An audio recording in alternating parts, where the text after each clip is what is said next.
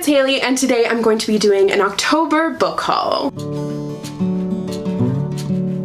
So I have a ton of really awesome books to talk to you guys about today. A lot of them were sent to me by publishers, actually specifically from Simon & Schuster, so thank you very much to them for sending me these books. But I also have a lot of pre-orders because September, October, kind of November is a really big time for new releases as they're trying to get them out before Christmas. So I have a lot of the result of that here today, and they are some books that I have been anticipating all year long and I can't wait to get to and just gush about with you guys. So before we get into the video, I did want to take a second to thank the sponsor for today's video, HelloFresh, which is Canada's leading meal kit. I have seen so many of my Facebook friends making these meals from HelloFresh and posting about it, and I have been really intrigued, so I was thrilled when they reached out to me, and oh my goodness, I was like so pleasantly not surprised, but it was even better than I was expecting. So a really bad habit that my boyfriend and I got into during quarantine was ordering in all the time.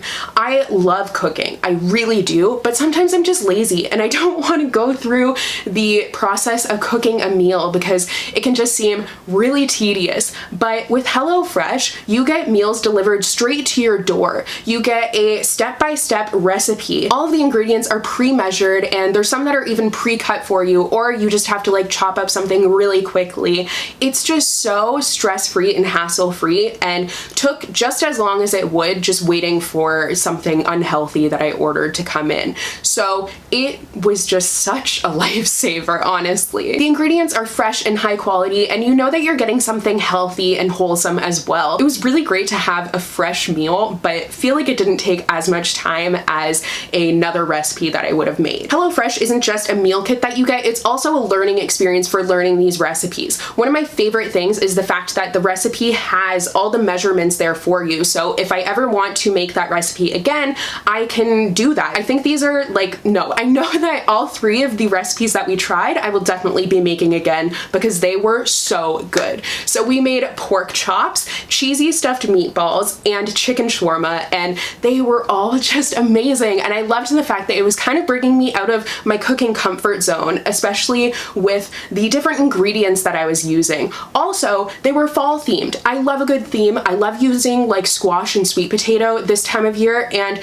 it was taking advantage of the ingredients that are in season, which was so cool. Every week you have 22 different recipes to choose from, so you can definitely find something that will work for you and keep up that variety. And if you do have any dietary restrictions, there are options for you, and you can say what you don't like and the adjustments will be made. So it's very customizable. Even during the summer, you can get barbecue recipes, which is so cool. Honestly, everything about this was super convenient. You can choose when you want things to be delivered. The packaging is sustainable, like even the little bag that it comes in, each recipe comes in a paper bag that you can then use to put your scraps in to compost. I don't live somewhere where they do composting, unfortunately, but I thought that was such a cool option to reduce your carbon footprint. So if you guys were interested in checking out HelloFresh, which honestly I definitely recommend, I totally understand what all the hype is about, then you can use the promo code that I will have in the description box down below to get $80 off and free shipping. Just try it out. I don't think you'll regret it. I think you'll probably be hooked because it's so nice not to have to leave the house right now, not to have to go to the grocery store, and just to have wonderful, fresh, healthy meals delivered straight to your door. So thank you very much to HelloFresh for sponsoring today's video. So now for the books that I've acquired recently. So the first book that I wanted to talk about today is Kingdom of the Wicked by Kerri Maniscalco. I am so excited that I have this book because my pre-order came super early. I'm starting with my pile of pre-orders, by the way, but this isn't coming out until October 27th, and I am just so happy that I have it in my hands because it seems like the perfect book for Halloween, and I definitely want to try and squeeze it in before the end of the month. And since I have it early, I'm going to have a greater chance of being able to do that, which I am thrilled about. So this is a murder mystery sort of story, kind of like Stalking Jack the Ripper, which this is also the author of, but you follow twin sisters who are witches, and they are a kind of witch that is living amongst the regular population, and they keep themselves disguised so then they can exist among everyone else and still be safe. Now the twins are Amelia and what was the other one? Victoria. So Amelia ends up finding her twin sister Victoria murdered, and completely brutally murdered. So she sets off to try and discover what happened to her. I wasn't really expecting when I first started reading the synopsis that one of the twins would be murdered, so I was like, oh, okay, that's going to be probably a really difficult read. It has a beautiful map in the front of it, so I love the witch concept. It's kind of a little bit more paranormal and fantastical than Stalking Jack the Ripper was, so I can't wait to see what she's going to do with it. I'm hoping there will be another steamy romance in here because that was one of my favorite things about Stalking Jack the Ripper. I love Thomas. He was so great, so hopefully I'll get more of that in this series. Next up is Grown by Tiffany D. Jackson. I actually finished Allegedly this month, and it was such an interesting reading experience that I am so excited for this one. So I didn't know when I pre-ordered this, but actually she writes thrillers. I just, for some reason, didn't know that they were YA thrillers. So this follows Enchanted, who is an aspiring singer. This R&B star, Corey, ends up discovering her at an audition. So he discovers her, and she has been struggling because her family has moved to the suburbs and she is now the lone black girl at her school. But when he discovers her, she feels like everything is going to turn around until one day Corey ends up being found dead, and Enchanted has blood on her hands and no memory of the night before. So she becomes a prime suspect, and there's a lot of questions being asked. Based on reading Allegedly, I'm sure this is going to be a roller coaster, a wild ride, and just a mental, it's gonna be like, what is happening? So that's kind of what I'm expecting. I was hoping to squeeze this in October, but I'm not sure if that's going to happen now. But if not, I'm definitely going to try and get to it soon because it sounds really cool. Speaking of books that sound really cool, and a book that was on my October TBR also, but now is going to move to my November TBR, is The Invisible Life of Addie LaRue by V.E. Schwab. This book has been so highly anticipated, and for good reason. So Victoria Schwab has been working on this book forever. It's her, I'm probably, this is not the right term, but I believe like magnum opus, is that what it is? Basically, this is what she's kind of said is like the book that she's worked the hardest on, or a book that was really hard for her to write. And I entirely understand that because the concept, it just, as a writer, I'm like, how would you even write that? So it follows Addie LaRue, who lives in France in 1714, and she ends up making a bargain where she gets to live forever, but the consequence of that is that she will be forgotten by everyone she ever meets. How do you write that? How do you do a story with that? What is gonna happen? I have no clue. It's such an intriguing concept, and I'm really hoping that it's going to be as good as I'm expecting. I kind of have a little bit of mixed luck with her books, but I think that this is going to be one that I'm really going to like. I'm not sure if it's set in 1714. I would imagine not, but I don't know what, like, if it's historical or not. I do love the cover. Like, I love the constellation on it. This isn't normally the kind of cover that I would go for, but I do really love this one, and I really want to read it, but oh my god, the font is very, very small, but it's fine. I'll get to it. Next up is Majesty by Katharine McGee. This is the sequel to American Royals, which I read earlier this year and really enjoyed. So it is about, if apparently this actually happened, by the way. I don't really know that much about American history because I'm Canadian, so I don't know that, but apparently George Washington was actually offered a crown when he won, or when they won the Revolutionary War, but he ended up turning it down. But this is basically speculative about what would have happened if he did take that crown, and then following his descendants, so the royal family that is still living. So after the cliffhanger that the first book left off on, I knew that I had to pick this one up, and I'm really excited to read it. I believe it's only a duology, so there are some romances that I'm interested to see, like how things are going to wrap up. Don't really know what's going to happen, but I'm definitely excited for all the drama and the tangled web of everything. Next is Early Departures by Justin A. Reynolds. I read The Opposite of Always, which is by this author, earlier this year, and it was such a pleasant surprise. It's a contemporary with a twist, which this one is also, and I just kind of love when it's contemporary with kind of a speculative twist, just something a little bit different than the average, and I think that's definitely going to be what this author specializes in, and I'm so here for it. So in this one, you follow Jamal, and his best friend Q has been brought back from the dead after a freak accident took his life, and he only has a short amount of time left to live,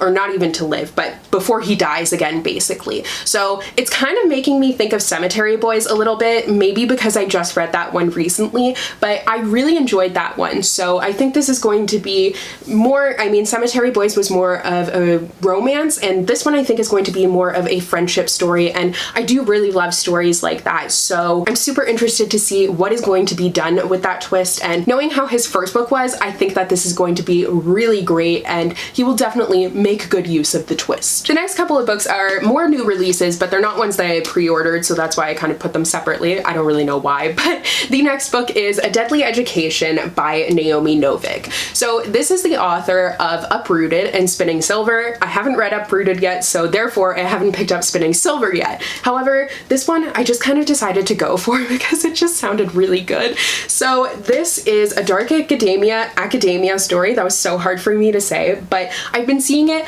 all over the bookdernet, and I think that's just why I couldn't resist picking it up any longer.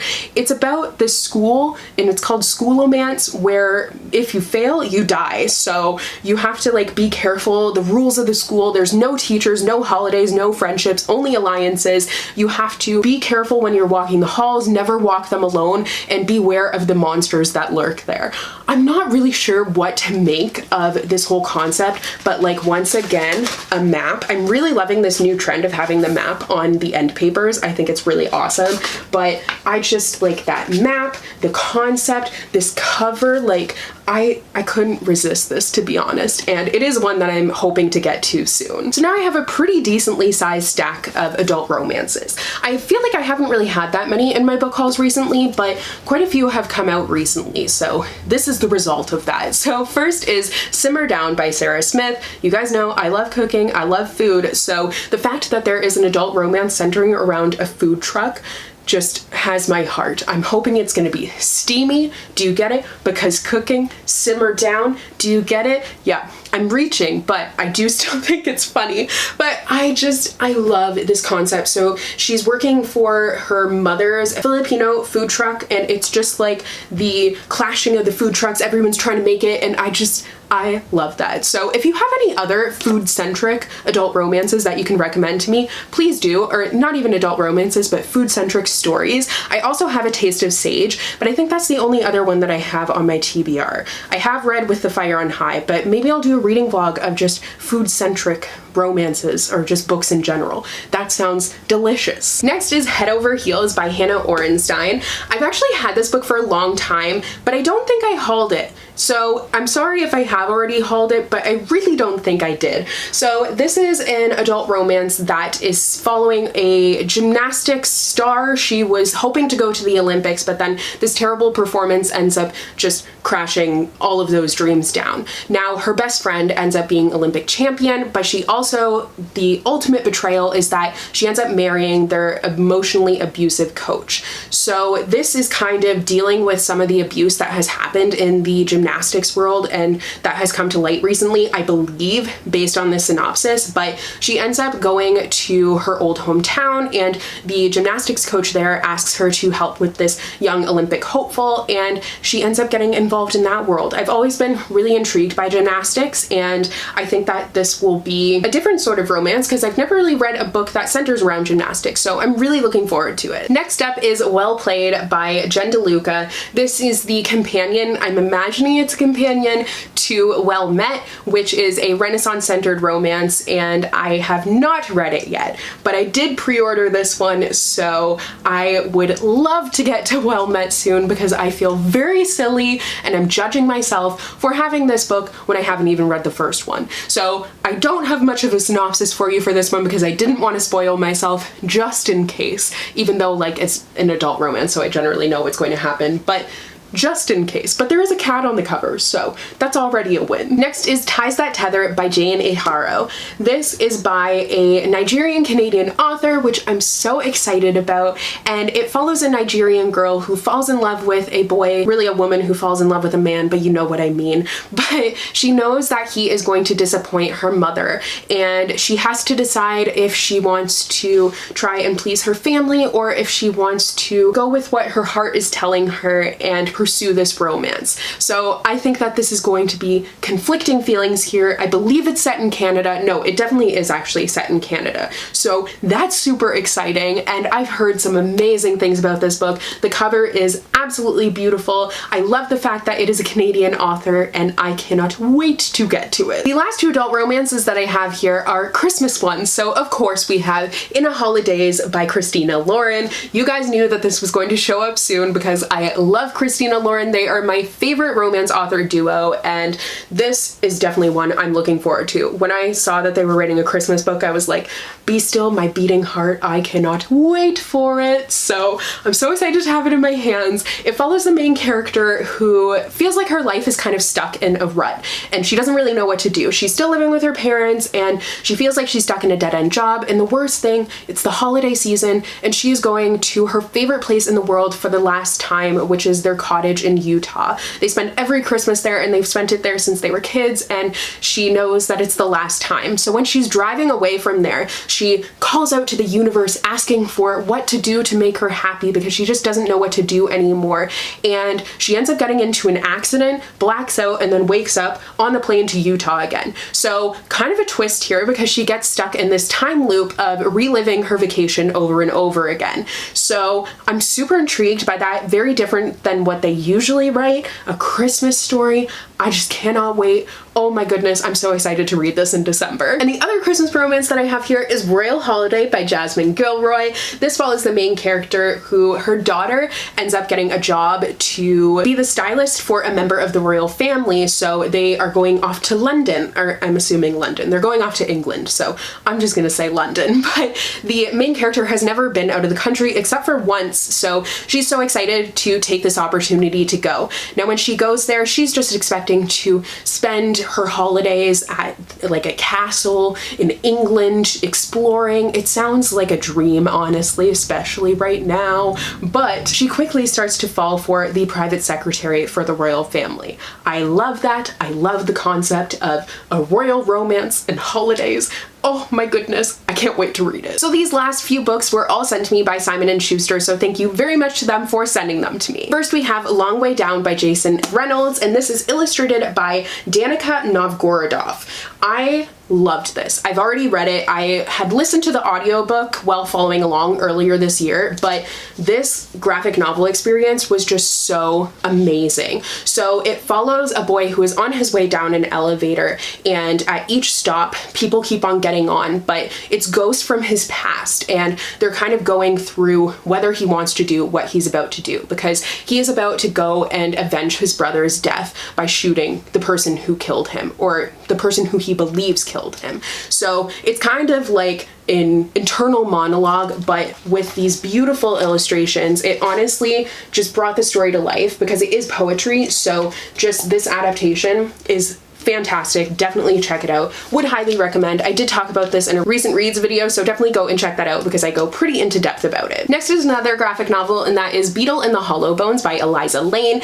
I actually read this for my Halloween weekend readathon that I did. It was so cute. I loved it. Like, it's this ghost, or no, she's not a ghost. She is a goblin, and she has her little ghosty friend here who is so cute, and she's trying to save them because they are living in this haunted mall, but the mall is going to be torn down, which is definitely a problem because that's where they're tethered to. So there's a lot of friendship going on here. It's just really great, and the illustrations are very, very vibrant and fun. Next is Keeper of the Lost Cities by Shannon Messenger. This is actually an illustrated and annotated edition. So this book has been out for a while now, I believe. Like, there's a whole series, but this illustrated and annotated edition is new. I'm trying to find illustrations for you, but I am struggling. There we go. That's fun. Super cute illustrations. So this is a middle grade fantasy about a girl who has telepathic abilities, and she ends up meeting a boy who also has telepathic abilities, and she realizes that she's not alone and that by staying with her family she's putting herself and them in danger, so she has to go off and learn more about her powers. So it definitely sounds like the setup for an intriguing fantasy. Next is Cia Martinez and the Moonlit Beginning of Everything by Raquel Vasquez Gilliland. This is a genre-bending sort of story that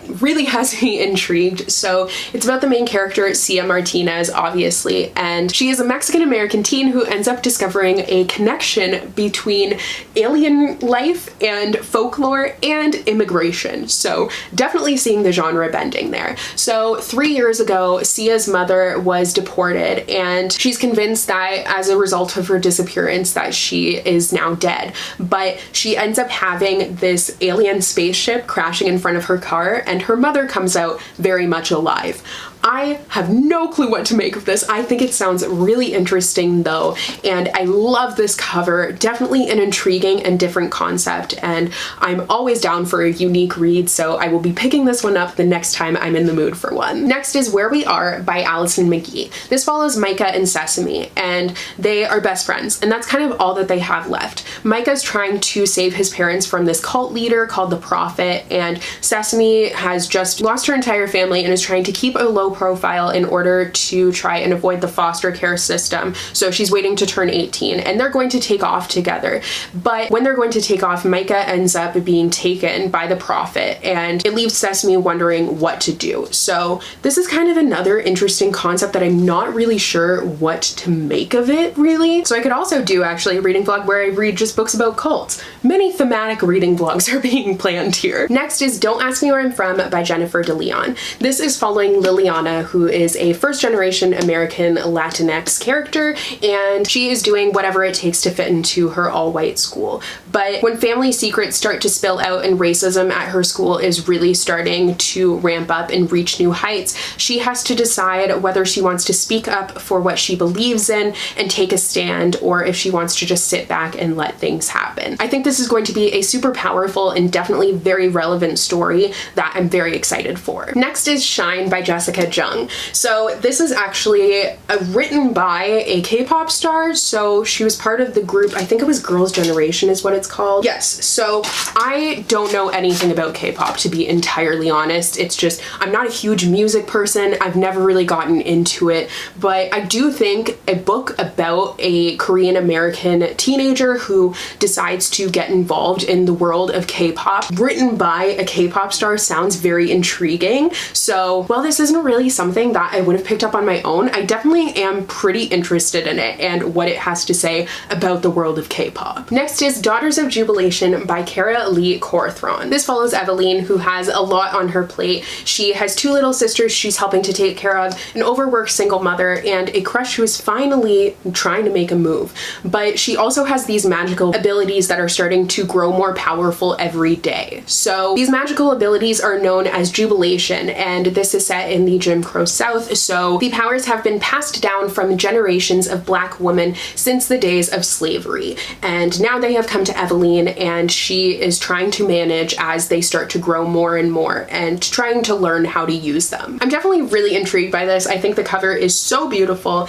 and I think the idea of these magical powers being passed down from generation to generation, I want to know more about what those abilities really are. And the final book of this book haul is Tithe by Holly Black. So this is a reprint actually. This book originally came out a long time ago. I'm not exactly sure when. 2002, so definitely a very long time ago. Wow. But they have reprinted it because it looks more like The Cruel Prince, which was very popular. I read the first book and I have the 2 sequels and I haven't gotten the chance to get to them yet. Classic me, but I want to get to them. I promise, like I really do. But I do also think that this sounds very intriguing, so I want to know where all the fairy stories started for Holly Black, and this is where it began, I believe. In this book, we follow Kay, who is a modern-day nomad. She has been following her mother's rock band from place to place forever, but she ends up drifting and ends up being like the unwilling pawn in this fairy war between 2 of the most powerful fairies that there ever have been. I love the mix of like just modern day regular things with the Fae world. That's one of the things that I loved a lot about the Cruel Prince series, how it was just this seamless blend, because I haven't really read that many books about Fae, and I felt like most of the ones that I had read read were really high fantasy, and these ones are more of an urban fantasy. So I think it's really cool, and like I said, I'm interested to see where it began. Okay, so I believe that I got to all the books for this book haul. It was way bigger than I had thought it was going to be, but I hope you guys enjoyed. Thank you so much to HelloFresh for sponsoring today's video. Don't forget to check out that promo code down below if you guys were interested. Highly recommend. It was delicious, so good. I will be making those meatballs all the time now, and like all of it was just amazing. But I hope you guys enjoyed today's video. Thank you so much for watching. Please do let me know if you have read any of these books, your thoughts on them, and I will see you guys in my next video very soon. Bye!